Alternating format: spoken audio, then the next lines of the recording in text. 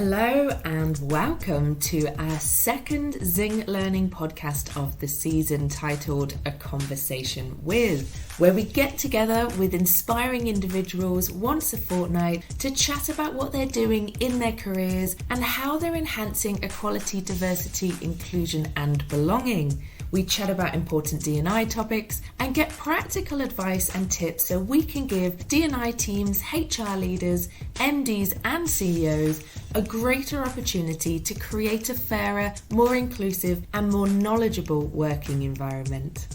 In this podcast, we are very excited to be joined by the amazing Joanne, who has spent her life working for non-profits to help create social mobility and is actually now a social mobility coach for the Baytree Centre in South London. We discuss the work her and I do at the Centre, which is a social inclusion charity for women and girls, and what we can do to support organisations like this that give so much to our communities and to women and girls. So grab a cuppa, kick back and enjoy the podcast.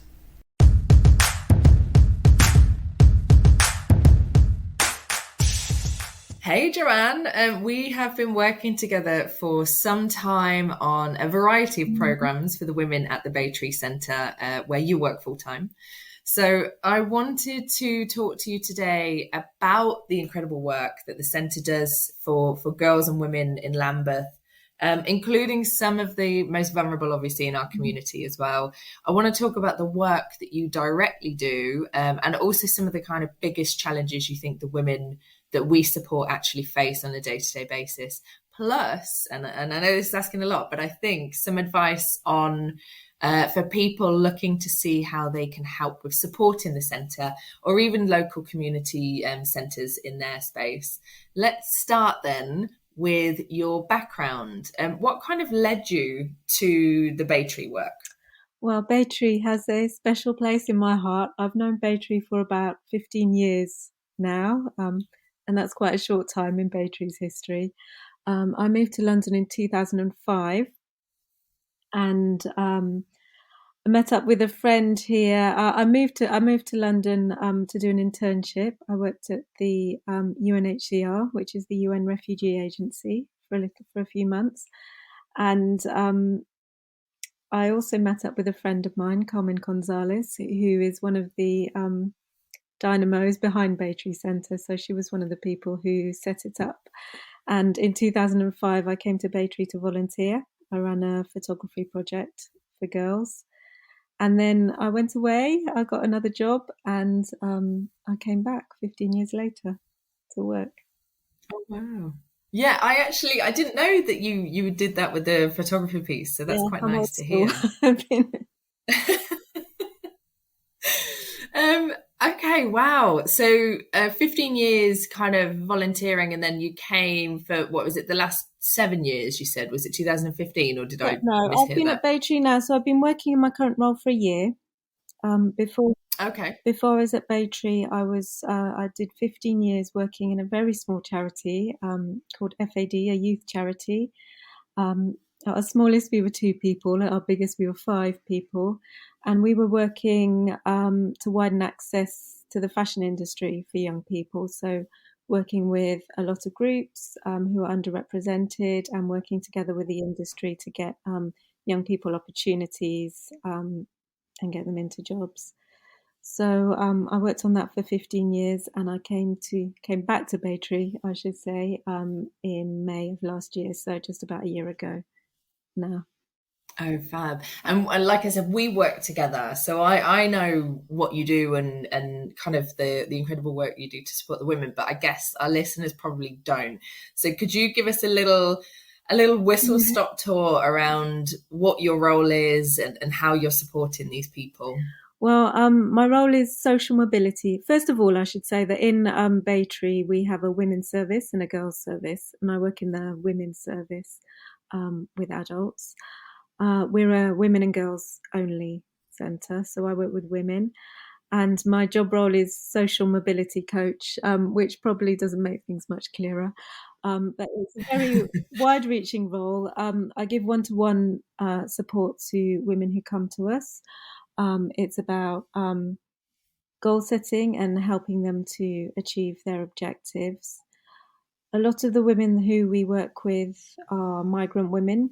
So Baytree is open to all, but a lot of the women who come to us in Lambeth are migrant women.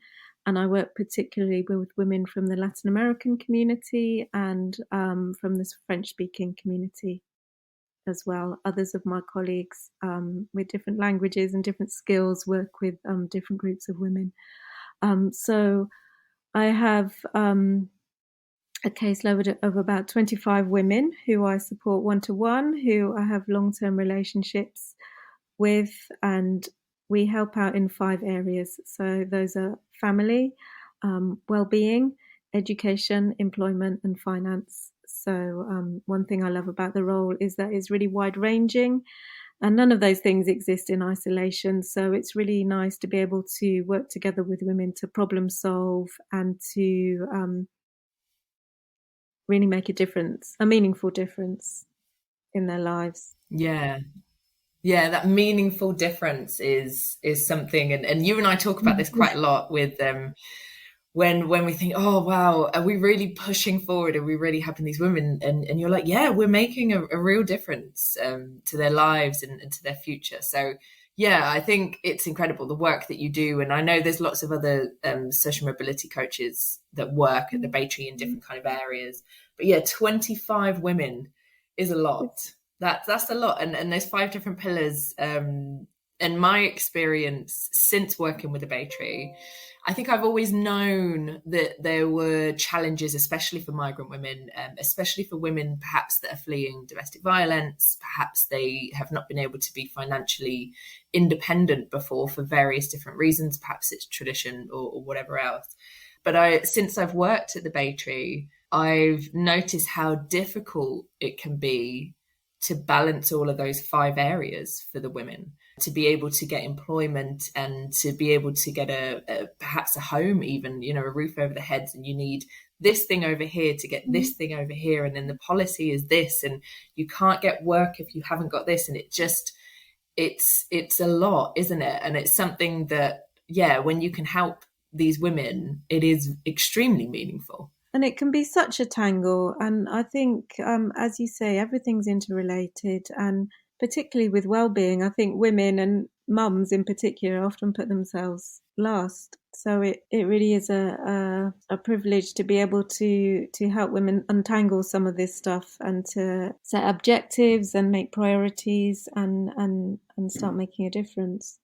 Yeah, untangle. That's a really, really great way to describe it, I think, because it can feel exceptionally overwhelming for us to help the women.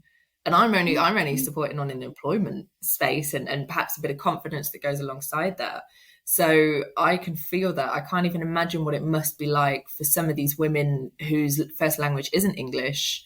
Even just the healthcare aspect, a lot of the time, is really challenging, trying to get the women a doctor and things like that.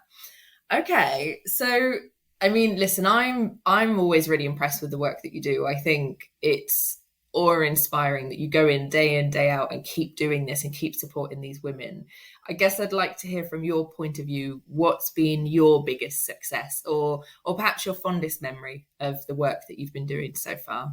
I'm going to go for a route in between those things and talk about what I enjoy most. And maybe I'll answer in a roundabout way.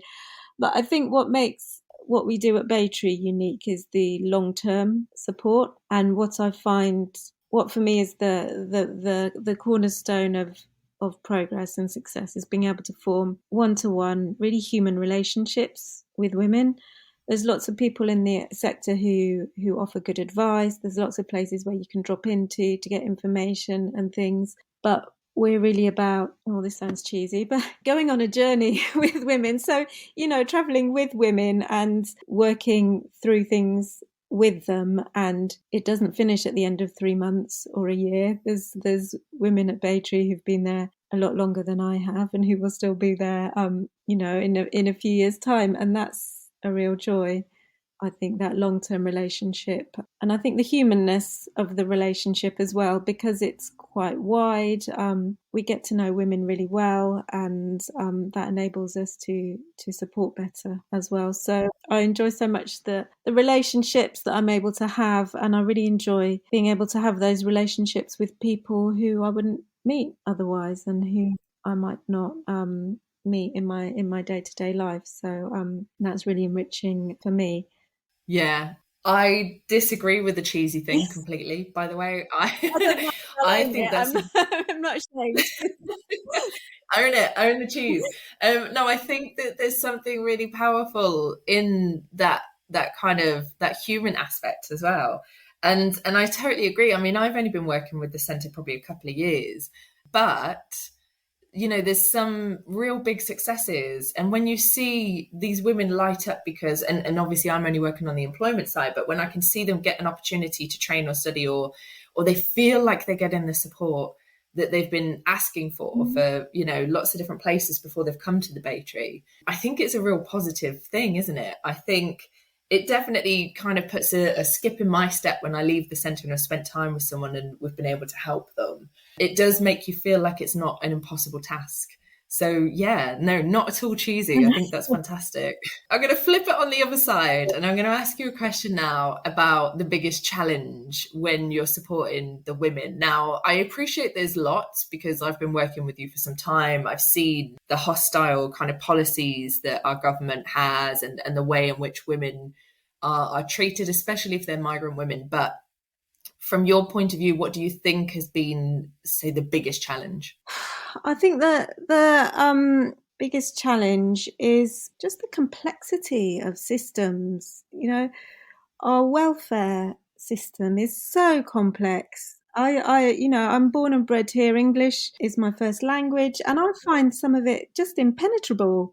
For people with lower levels of literacy, or for whom English isn't a first language, it's really, really hard to understand and to navigate. And there exists a role called benefits advisor, so you have to have a professional person whose job it is to understand the system. I mean, something's wrong there. Things are difficult to access, so the pandemic's accelerated the moving of everything online, and we're here chatting online, which is lovely, and in some ways it's really democratized things, but in other ways it's actually created more barriers. So if you don't have a computer at home, if you don't have access to Wi-Fi, if you're not computer literate, or if you're not that literate at all, it creates huge barriers. Even things like booking a GP appointment is near on impossible for a lot of our women. Making applications, job applications, making applications for benefits, it's all there on the computer. And if that is not easy for you to access, you're shut out. So I think digital literacy and digital access is a big barrier, a big obstacle for a lot of people. And I think we don't talk about that. We talk about it as this great enabler and great democratization, but it isn't always. And you also lose that human contact, which is so important. Yeah, you said that twice now, haven't you, about the human contact? I think we've experienced this with programs that we've run for the women, and we've done a variety of them. We're working on a new project right now. It is that people really do enjoy coming in and spending time with the other women, realizing they're not the only people in this position, and realizing that actually there are things in their way that are making it really difficult. But yeah, it's just baffling. But you're so right, the benefits advisor. So there's a full-time job. It's just madness. And I think that human element, I'm going to keep saying it, human, it's so important. Mm-hmm. And so many of our women at Baytree are really isolated. We're here in the middle of this great teeming city, which is wonderful in lots of ways, but there's a lot of people within it who are very isolated from what's going on in it, who for financial reasons, for social reasons, for economic reasons, can't access what's all around them. So I think the pandemic has heightened that. So I think, as you say, the human element for us is really key. Yeah. It's something that I talk a lot about to my clients in anything we do, really, is let's remember, D&I might be kind of a buzz phrase, but actually we're just talking about humans. Yes. We're all trying to do our best. We're all kind of trying to do our work and what have you. I'd love to understand a little bit more about what you wish people knew about the type of work you did. Are there any kind of misconceptions about the type of work you do, or is there something that you thought, do you know, I wish the public knew this about this type of work? I think what I wish people knew is how able and skilled and competent the women we work with are. Going to start from the beginning that perhaps a lot of our women don't speak perfect English, but they might speak four other languages, and most of us in the UK don't speak many languages. So a lot of the women, so as I say, a lot of the women we work with are migrant women. They're often doing quite menial and low paid work in this country. It doesn't mean they haven't qualified in another country as a nurse or as another kind of professional. Many of them are doing incredible work juggling childcare and working and caring responsibilities, so many things. And I think we don't always see that. It's finding out a little more, like going beyond the stereotypes and the accents and the obvious, and digging a bit deeper. Yeah. Oh wow. Yeah. I might steal that tagline for my courses, because you could say that with anything, Yeah. right? To do with the human aspect. It's really interesting because this is exactly the challenge that I've had with the employability work that I've been doing with the women, which you know because we speak pretty much every week. I've obviously would never mention any names because the women that we work with, some of them are in vulnerable Mm. positions. But I've definitely worked with quite a few women now who are extremely charismatic. Their English is very good. They, like you said, they've been juggling childcare and work really well. They've been kind of pushing forward, even though they've had these barriers put up against them, and they're super capable in lots of different ways. I've had people that were teachers in their previous countries. I've had people that were data analysts. I've had nurses, all sorts of really fantastic kind of careers. Yet we really struggle to get their foot through the door. And it's because of that lack of experience within the UK, or perhaps the certificate doesn't kind of transfer over to this Mm. side over here. And of course, I appreciate that the employment space is just so jam packed anyway. And this is why we spend a lot of time with the women with their CVs, and helping them to know where to look for work and how to adapt their CVs according to the jobs and things like that. But it definitely is a real slog. And there was one woman in particular that I was helping to find some work in particular. Again, no kind of need for detail. And the hoops that I had to jump through to help this person to get the work, I if that was me, I would have given up. But because I was doing it on behalf of that person, and take away the fact that English is my first language, so I can read all of the forms they need us to fill in. I can chase them asking exactly what do they mean by this reference and what do they mean by this thing. And it took us, I think, 9 months to get this person some work. And it was actually just temporary work, because actually I thought if they could meet this person could do this incredible work. That's going to talk for itself. We just need to kind of get that foot in the door. But 9 months it I took mean, us. I think we're talking about the same person. We're talking about some work in the health service, and this is someone Yeah. who would be a joy to see at the end of your bed. Like if I was sick and she appeared, I'd be feeling better. I mean, she makes me feel better every time I see her. And as you say, we're here.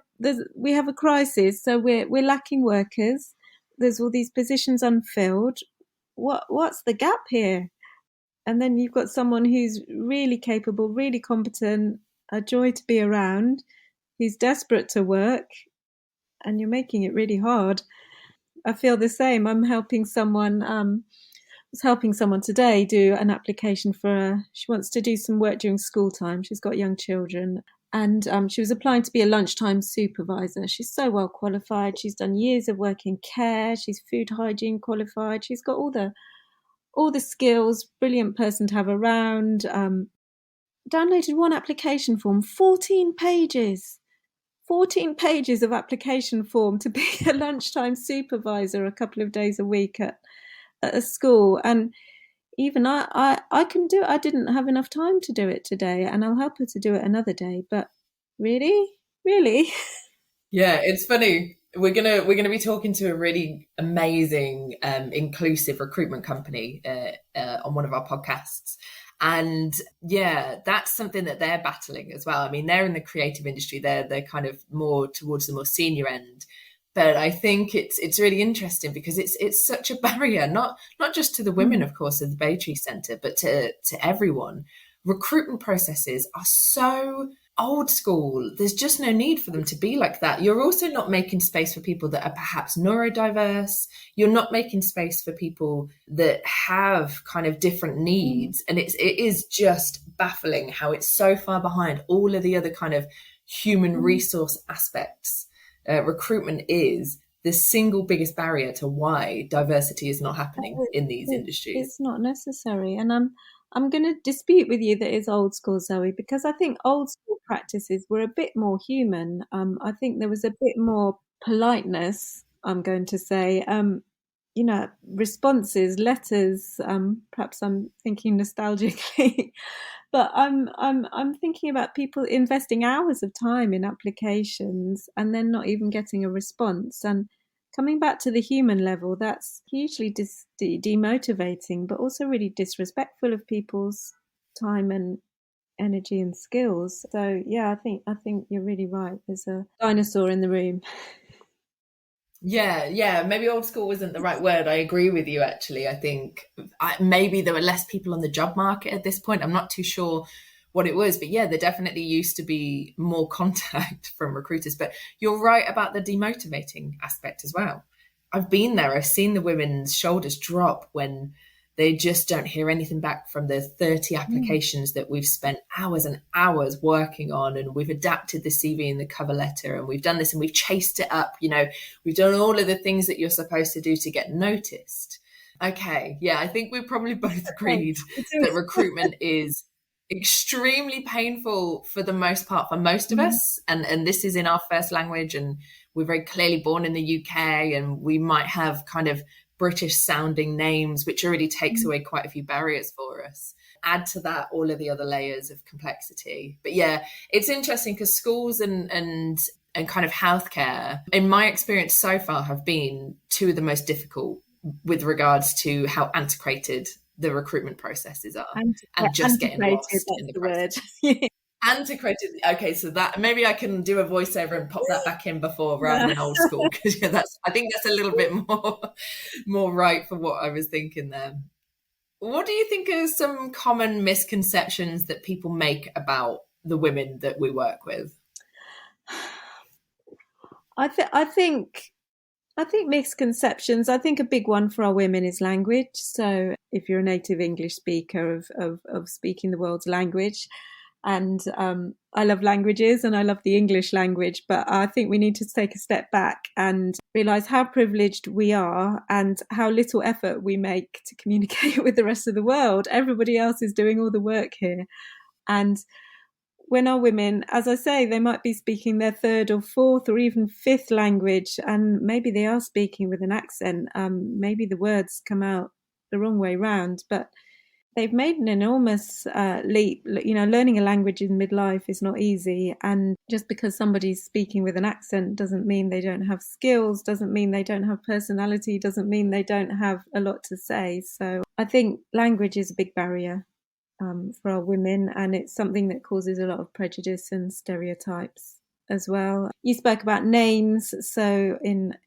recruitment and in other things, I think having a name that sounds like a non-native name can be an obstacle. Sadly, in 2022, here we are, and I think in all the systems we look at, in the housing system, in the welfare system, in the employment system, again, here we are in 2022, and women, 50% of the population, are at a massive disadvantage.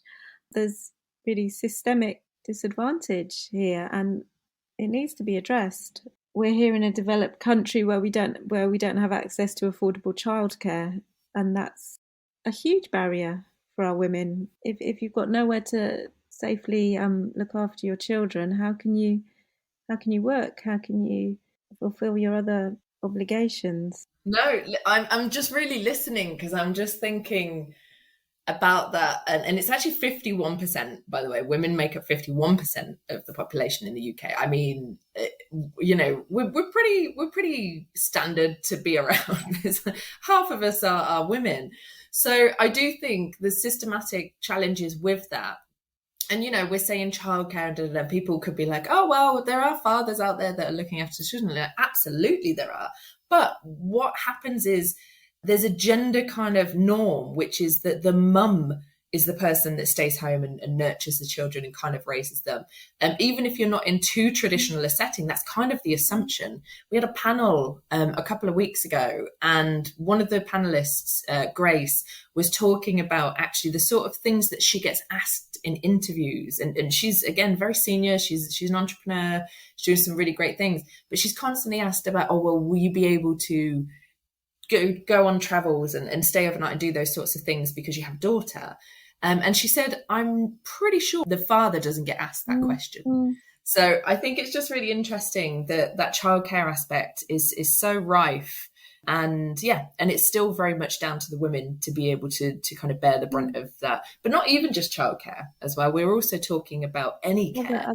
As a general rule, it tends to be the women. And until that changes, there has to be systems and processes in place to support these people, the women, to be able to go to work and to be able to study and to have that extra dimension to themselves that gives them an additional purpose in life and helps them to feel like they're succeeding in different ways. And I must say, a lot of the women who I coach are single mums, so a very high percentage. I'd go with something like 85%. Let's give these women a medal. They're caring for their children. They're providing economically for their children.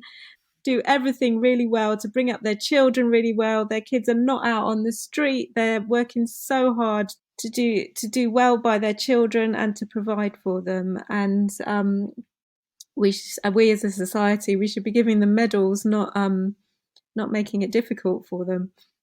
Yeah, not adding more barriers. Yeah, absolutely. And let's be honest as well, I'd say almost all of these women, if not all of them, they didn't choose to be a single mother.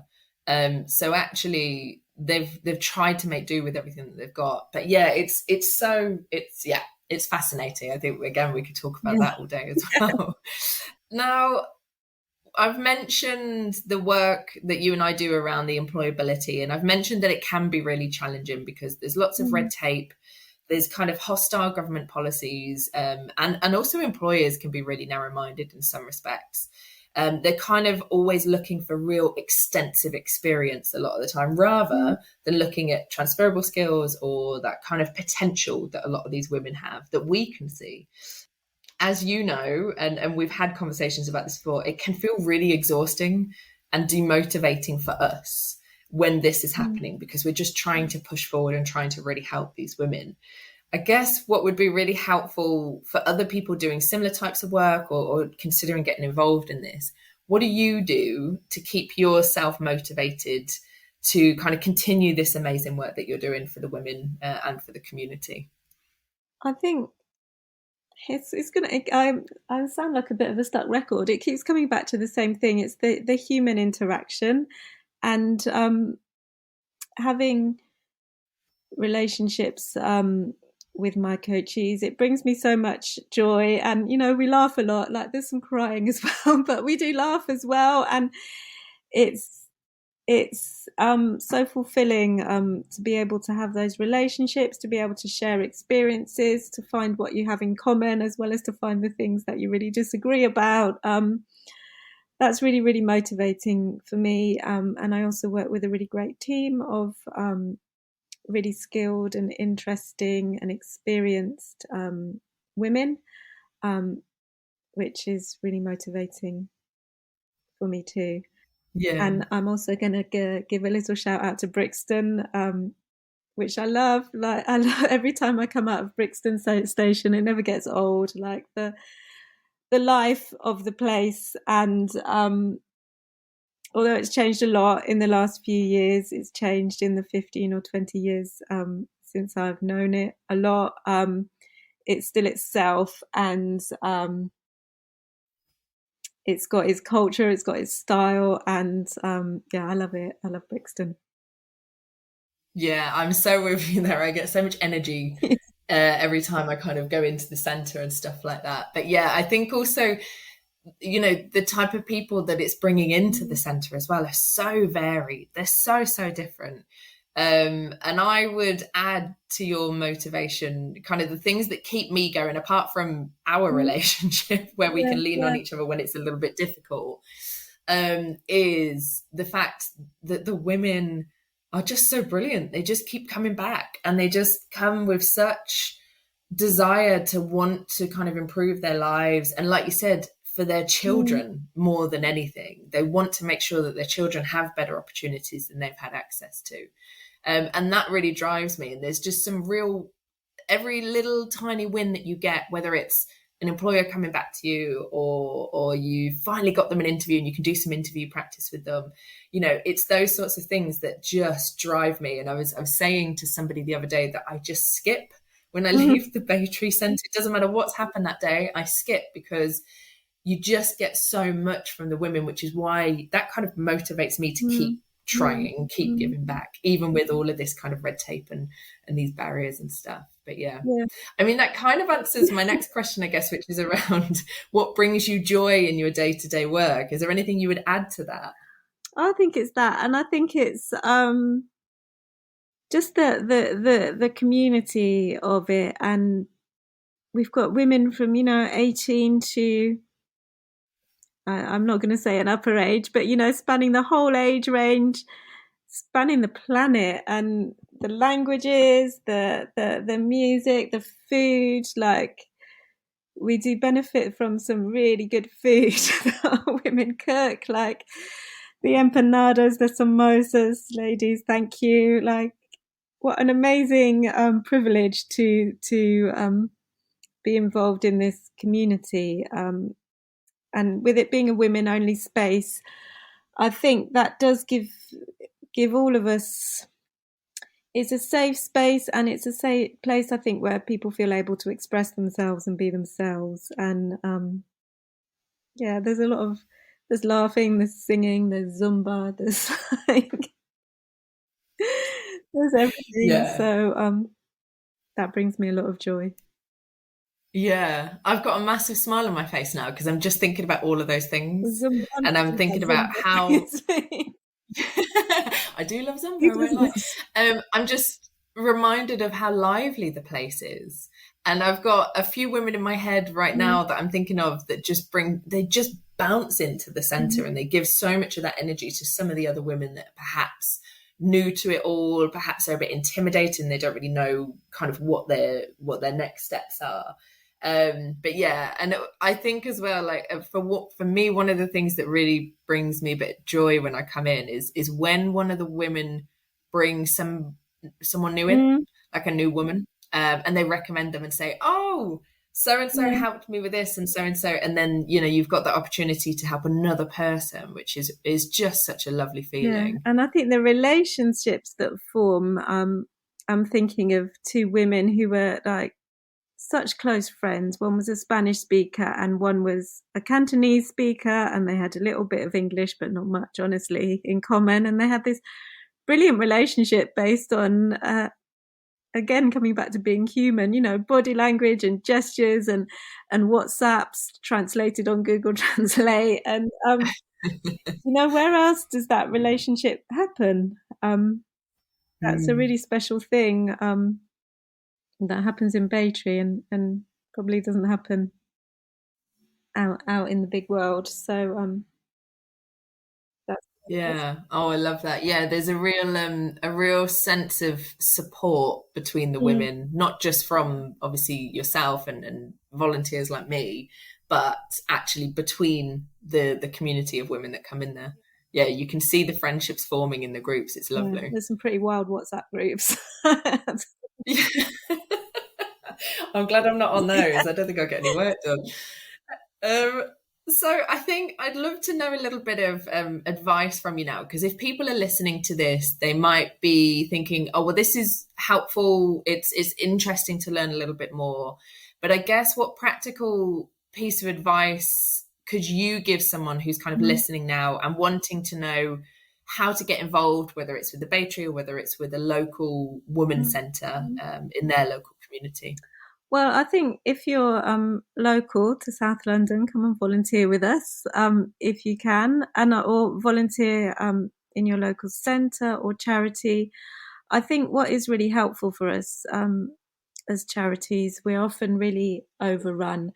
And what's really helpful for us is if you email us saying, hello, this is my name, this is what I do, and I could offer you this. This is what I could do for you. So make it, hand it to us on a plate, please, because sometimes things get busy, and it's really helpful for people to be really really clear with what their skills and experience are, and what they can offer. So volunteering is great if you have time, if that's something you're up for. We've had people, for example, while you volunteer your HR skills and your employment skills, we have people volunteering.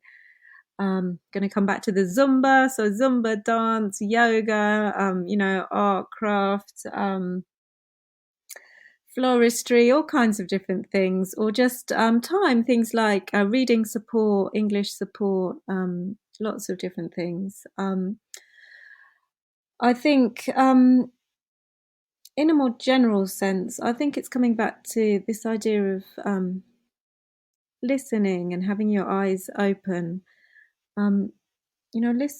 Listen to those around you, maybe not the ones in your immediate social bubble, but people you meet. I think of our women sometimes. Many of them do really early morning cleaning jobs. They're up at 3 a.m. and they're coming home at 8 o'clock. Or offer one of them a seat on the tube. People, just say hello, make some eye contact, be friendly. Just widen your observations a bit of the people around you, who they are, and I'm very pro languages, so learn a bit of French or Spanish, or be a bit wild and learn some Quechua or some Amharic, or some community languages, just a little bit. Learn how to say hello, how are you? Use it when you can. We've got no excuse now. We've got Duolingo, we've got YouTube, we've got Google Translate. So I think it's about listening and seeing who's around you, and making an effort to engage, getting a little bit out of your comfort zone, because we don't all have time for volunteering. It's great if you do. Also, if you do have some spare cash, if you're a funder, please give some. Charities are struggling at the moment, so give from your bounty, not from your reserves, but money doesn't go astray either. Yeah, especially since COVID as well. Oh. I think charities have taken such a massive hit on the fundings. So yeah, I think I love that, and it comes back to that human thing again. That's like the tagline for this podcast. There's something about lifting our heads up when we're walking down the street and engaging with people, especially people that are perhaps from a different kind of background or culture to us, and just smiling. And it's funny. I'm from the Midlands originally. And I'm up here in the Midlands at the moment, and it's so funny how quickly you forget that people talk to each other here. So I was walking down a very quiet little street, and there were some kind of elderly people walking towards me, and we were like, good morning, good morning, good morning kind of thing. And I think we lose that a little bit in London for various reasons. But yeah, lifting your head up and like you say, learning something from somebody else's culture, whether it's a little piece of their language or whatever it might be, to engage with those kind of people. But yeah, love that. And I think it's talking from a London perspective, and I know we're not the centre of the universe, but we're here in the middle of London. We like to think we are. We like to think we are, but we know the rest of you are there. We do become very cut off because there's such a lot of hustle, and it's so hard a lot of the time. I think things like, think about, being on the tube, you're packed in like sardines. In a lot of those situations, we do retreat into ourselves because we're protecting ourselves, because it's really, it can be quite a harsh environment sometimes. So we do retreat in and we put our headphones on and we disappear inside our minds or our books or our newspapers. But as you say, look up sometimes. I think that look up. Um, I've got my daughter's got a children's book called Look Up. It's about asteroids and looking to the stars, and I think it's a bit of that. Look up and see what's around you, and engage, because there's so much richness there. Yeah, yeah, definitely. Um, what about kind of advice you would give to perhaps businesses that are looking to support this type of work, maybe within their CSR kind of practices? Maybe they're thinking actually they need to be a little bit more kind of closely knitted to their community. What kind of advice would you give to those businesses? I think reach out. Really think about what you're asking in terms of recruitment, and reach out to organizations or people that you know to get advice about how you can make your recruitment more inclusive, how you can make your working practices inclusive and accessible. And think about what these really skilled and able people can bring to your business. And I think it's such a good opportunity for bridging gaps in our society. We were talking about Brixton earlier, and the changes in Brixton. We've got lots of new businesses, lots of new people coming in, and there can often be quite a divide between them and us, people who've been here for ages and new people coming in. But think about how you engage with the community around you and how you become a part of it and how you give back and form a symbiotic relationship. And talk to people, ask, listen again, and do things differently. Don't be afraid to do things a bit differently and to try it out. So things like offering a work shadowing day, or coming in to do a talk about your business, or coming to a centre like Baytree to demonstrate something, or to meet people, or to share a skill. All of those things would be really valuable. Yeah, I love that. Share a skill. I think, yeah, a lot of the women that we work with, a lot of it is down to confidence as well. So if they could, have that exposure to people running businesses in different industries and stuff like that, if people that were running these businesses were trying to find ways to be closely knitted to their community, those are really great ways to help build the confidence of the women, so they are more confident to apply for jobs in the first place as well. Mm-hmm. Like, it's great that these women have got our support, but there's a lot more women out there that are perhaps from migrant backgrounds, perhaps they've come from quite a vulnerable space, and actually they don't have the confidence to apply for any of these jobs. And what we've seen, unfortunately, is that some of the women, and I'm sure our listeners will understand this as well, some of the women around the UK and, of course, in different parts of the world, they're having to take on real questionable employment where they haven't got a contract. Mm-hmm. Sometimes they don't get paid for the work. It can be in potentially physically dangerous situations. It's completely unreasonable and extremely kind of demanding on their kind of mental and physical health. And there's still no guarantee at the end of it that they'll be treated well and actually get paid for the work that they do. And we definitely see that sometimes when the women come in. I've definitely helped to kind of educate some of the women that I've worked with to say to them, no, this is not the way it's done. And we have very strict employment laws in the UK. So let's move you, if you enjoy doing this type of work, let's move you at least into employment where you will be looked after and you will be safe and you will be paid for the work that you do. So I know that that's a real big issue as well. So I think that businesses also have a responsibility with that to make sure that there is no wrongdoing in any of their maybe associate businesses, perhaps some of those smaller organizations that they might partner with around that sort of thing. And also that supplier chain as well. Yeah, It's something I work with organizations on a lot. and I think in business these days, it's really it's a great USP, isn't it, to be ethical on a big scale, to source things ethically and to have ethical production and use sustainable materials, and all those things are really good. I'm very pro all of those things, but let's also be ethical on a small scale. Like, let's treat our employees well. Let's be open in our recruitment.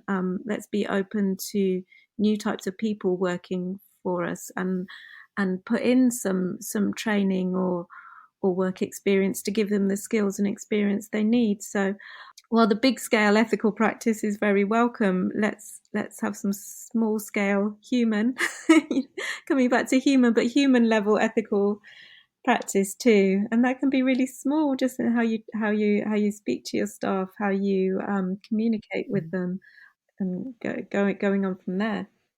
No, well, listen, I 100% agree with you because of the work. Not because we're biased, no, but because we've seen it. We've seen it, we've experienced it. You've seen it on a much kind of more permanent, longer term level than I have. But yeah, certainly it's something that we see in our day-to-day kind of practices. I think there's also another kind of takeaway for businesses, and this is something that really frustrates me with the way that employers do this. Stop constantly looking for experience. Don't look for the exact experience of the job that you're recruiting for, because what you're missing out on there is potential, and you're missing out on those kind of transferable skills. The other thing to think about as well, if you want to hire someone that is exceptionally loyal and is going to do a really good job and wants to really kind of push themselves to do the best they can do, you're less likely to get that from someone that's done the job before. They're not going to be as engaged with it. You want to bring someone in that's going to learn it. And I think that's why your suggestion there of the work experience or the shadowing is great, because it gives the women access to the experience, but also allows the employers to see, oh, okay, that person didn't have the experience, but they're fantastic. Actually, I really want to keep them on. I think there's just so much untapped talent out there. Yeah. And if recruiters keep thinking this way, they're going to miss out on all of these fantastic women. And recruit for attributes. Don't recruit for little itty bitty specific experiences that aren't really necessary. One of my women, who is brilliant, she's a very, very elegant, stylish lady, and she wanted to work in retail, in a fashion store. And we were looking together an advert for, it was a minimum wage retail assistant job in a well-known fashion chain, which we won't name. And the amount of skills and experience it sounded like you needed to be like a business CEO, like full Dragon's Den, like what they were asking for. And then they're paying you the minimum wage and treating you really badly. It's not necessary. As you say, recruit for attributes, recruit for people who have potential and proven ability to work hard, to learn new things, to use their initiative, to work in a team. What you want is loyal, able, hardworking, capable people with potential. Yeah, humans. Humans, yeah. That's what we'll rename this podcast. Come to Baytree Centre, it's full of humans. There's so many humans, so many. I think just to kind of round that off, I think there is something there as well. I guarantee, obviously, we're not going to name the name, not here anyway, we can maybe chat about it afterwards, of that particular retailer. But I can guarantee if we went into their stores, we wouldn't be seeing all of those attributes that are on that job description, because it's a ridiculous ask. You're asking for everybody to be exactly the same. And that is, as we know, the reason that businesses fail. Yeah. Right. Lots to kind of think about there, lots to take away. And I'm really hoping that our listeners have taken something really fantastic away from that. But yeah, thank you so much, Joanne. Obviously, I could talk to you for a million years, and we've got lots of kind of really cool projects that we're working on that we can continue to talk about these sorts of things. But for anyone that's listening, if you are interested in getting involved with anything that the Baytree do, or something in your local community, if you're not in the Lambeth area, then please go and look. And like Joanne said, these charities are extremely under-resourced. So if you don't get a response from your first email, chase it up, because you really need to support and kind of help with that. Do what you can. Try to give an hour every week or two. It's not too much to ask, and you wouldn't believe the benefits that you personally will get out of this by helping and supporting local kind of community charities like the Baytree and the amazing work that they do. Thank you so much for having me, Zoe, and thank you so much for thank you. all the incredible work you do for women at Baytree Centre and all the support you give to them and to me as well. It's really very much appreciated. We're very grateful for everything you do for us. So thank you. Oh, thank you very much. You too, of course. Thanks, Joanne. Speak to you soon. Take care, Zoe. Bye-bye. Bye.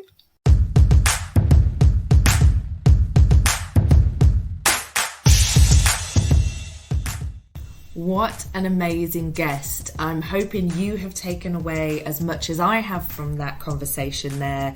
Joanne does some really fantastic work, and I think it's great we've been able to give the platform to her to share some of that work. There were definitely some fantastic suggestions that I think all of us could take away from that, not just individually, but of course as organisations as well. So if we have HR leaders and MDs and CEOs listening to this podcast, reach out and see what you can do to support your local community. So that's it for our second podcast. We hope you've enjoyed listening. If you're interested in having conversations like this in your organisation, then we're happy to come in and support those and facilitate those conversations through D&I Learning. We are Zing Learning. You have been our listeners. We can't wait to see you again on the next one.